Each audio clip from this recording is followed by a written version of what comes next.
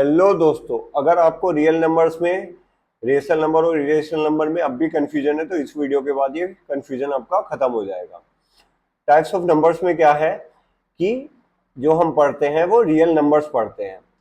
ये क्लास 10 तक पढ़ते हैं। अगर 11th की बात करें तो 11th में क्या पढ़ते हैं हम? टाइप्स ऑफ नंबर्स में दो पढ़ते हैं, रियल नंबर्स पढ़ते हैं और हम कॉम्प्लेक्स नंबर पढ़ते हैं। लेकिन क्लास 10 तक अगर बात करें, हमारे गवर्नमेंट एग्जाम की बात करें तो केवल और केवल हम रियल नंबर्स ही पढ़ते हैं। अब ये जो रियल नंबर्स होते हैं इनको हम दो पार्ट में डिवाइड करते हैं। रियल नंबर्स को दो पार्ट में डिवाइड करते हैं। फर्स्ट वन जो होते हैं हमारे रेशनल नंबर्स और सेकंड वन होते हैं हमारे इरेशनल नंबर्स। जो रेशनल नंबर होते हैं उसकी सीधी सीधी डेफिनेशन है कि उसको p बाई क्यू के फॉर्म में लिख सकते हैं। अब ये p और q क्या है? ये जो p और q है ये यहाँ पर हमारे हैं इंटीजर्स। इंटीजर्स कौन से होते हैं? जिनको हम नंबर लाइन पर दिखा सकते हैं, जैसे कि -2, -1, 0, 1, 2, माइनस और प्लस वाले और जीरो दोनों। तो p जो नंबर लाइन पर कोई भी वैल्यू ले सकता है, बट q एक वैल्यू को छोड़कर सारी वैल्यू ले सकता है। q जीरो वैल्यू नहीं ले सकता, क्योंकि अगर जीरो से अगर हम किसी भी इंटीजर में डिवाइड करेंगे तो वो क्या हो जाएगा? इनडेफिनिट हो जाएगा या इनफाइनाइट हो जाएगा। तो रेशनल नंबर हमारा क्या हुआ? p बाई क्यू की फॉर्म में हुआ, जहां पर क्या है q ने जो डिनोमिनेटर है उसने एक वैल्यू नहीं ली। वो कौन सी नहीं ली? जीरो वैल्यू नहीं ली। अब ये जो रेशनल नंबर है ये हमारी p बाई क्यू की फॉर्म में हो गए। सेम इसी तरह से अगर देखें इसका ऑपोजिट, तो इरेशनल नंबर को हम p बाई क्यू की फॉर्म में नहीं लिख सकते। इन नंबर्स को हम किसी भी ऐसी फॉर्म में नहीं लिख सकते जो दोनों के दोनों इंटीजर आपस में क्या कर रहे हैं? एक दूसरे को डिवाइड कर रहे हैं। अब देखिए, अगर रेशनल नंबर हमारे p बाई क्यू की फॉर्म में लिखे जाते हैं तो अगर दो नंबर्स को हम क्या करते हैं? डिवाइड वाली फॉर्म में लिखते हैं, तो डिवाइड वाली फॉर्म में लिखेंगे तो क्या होगा कि या तो वो पूरा पूरा डिवाइड कर देगा या उसके दो चांसेस होंगे। दो चांसेस क्या होंगे कि वो डेसिमल में आएगा, और डेसिमल में भी आएगा तो उसका भी फिर फर्दर एक चांस होगा कि वो जो डेसिमल होगा वो क्या होगा? रिपीटिंग होगा या नॉन रिपीटिंग होगा। अब फर्स्ट वन पढ़ते हैं कि रेशनल नंबर के अंदर हमारे जो दो केस है, पहला जो केस है कि क्या होगा कि सपोज कीजिए कि 2 मेरा क्या है यहाँ पर एक इंटीजर है और 5 भी मेरा क्या है? एक यहाँ पर इंटीजर है। अब 5 से अगर मैं 2 में डिवाइड करता हूं तो ये मेरा जो आंसर आएगा वो 0.4 आएगा। 0.4 ये क्या हुआ? यहाँ पर ही डेसिमल यहाँ पर ही खत्म हो गया, टर्मिनेट हो गया। तो इस तरह के जो भी हमारे एक्सप्रेशन होंगे, डेसिमल एक्सप्रेशन होंगे, इसको हम बोलते हैं टर्मिनेटिंग। तो एक केस क्या हो गया रेशनल नंबर में कि अगर हमने p बाई क्यू की फॉर्म में लिखा तो वो क्या हो जाता है? टर्मिनेट हो जाता है, यहाँ पर ही वो खत्म हो जाता है। क्लियर? तो ये पहला केस है p बाई क्यू की फॉर्म का। अगर p बाई क्यू की फॉर्म में लिखा हुआ है कोई भी नंबर तो उसका सेकंड केस क्या होगा कि अगर वो यहाँ पर टर्मिनेट नहीं कर रहा है, जैसे कि हम सेकंड एग्जांपल लें कि अगर वो नॉन टर्मिनेटिंग है तो वो क्या हो जाएगा? वो रियकरिंग हो जाएगा।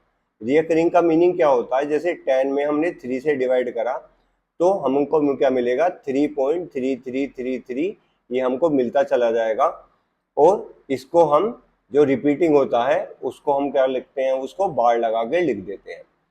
तो या तो पहला चांस क्या होगा कि वो टर्मिनेट होगा, खत्म हो जाएगा, और अगर दूसरा चांस क्या होगा कि वो रियकरिंग करेगा, अपने आप को रिपीट करेगा कोई भी डिजिट। ये एक नंबर डिजिट कर रहा है, ऐसा भी हो सकता है कि दो नंबर डिजिट रिपीट कर रहे हैं, 4 नंबर कर रहे हैं, 10 नंबर कर रहे हैं, 50 नंबर कर रहे हैं, लेकिन वो कहीं ना कहीं आकर अपने आप को रिपीट जरूर करेंगे। तो रेशनल नंबर में हमारे दो ही केस एग्जिस्ट करेंगे, या तो वो टर्मिनेट होगा या वो रियकरिंग करेगा, अपने आप को रियकर करेगा, बार बार बार बार वही नंबर हमारा आएगा। यही दोनों केस हो सकते हैं केवल अगर दो नंबर को हम p बाई क्यू यानी कि ऐसे डिवाइड की फॉर्म में लिख सकते हैं, दो इंटीजर्स को। अब इरेशनल नंबर को समझते हैं। इरेशनल नंबर में क्या है कि इनको p बाई क्यू की फॉर्म में नहीं लिख सकते।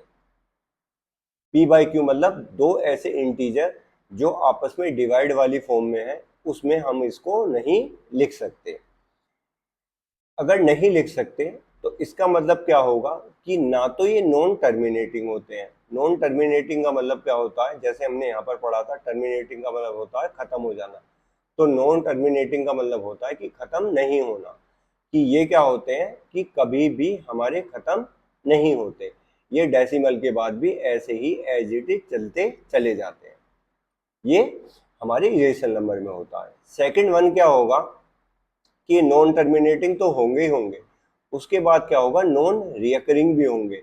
नॉन रिकरिंग का मतलब क्या था कि जैसे कि हमारी डेसिमल एक्सप्रेशन यहाँ पर क्या कर रहा था, अपने आप को रिपीट कर रहा था। इस केस में ऐसा नहीं होगा। इस केस में क्या होगा कि जो भी हमारा नंबर है उस नंबर वो हमारा क्या करेगा, रिपीट नहीं करेगा। वो आगे जाकर अपने आप को रिपीट नहीं करेगा, ना ही वो खत्म होगा डेसिमल एक्सप्रेशन कभी भी, और ना ही वो क्या करेगा, रिपीट करेगा।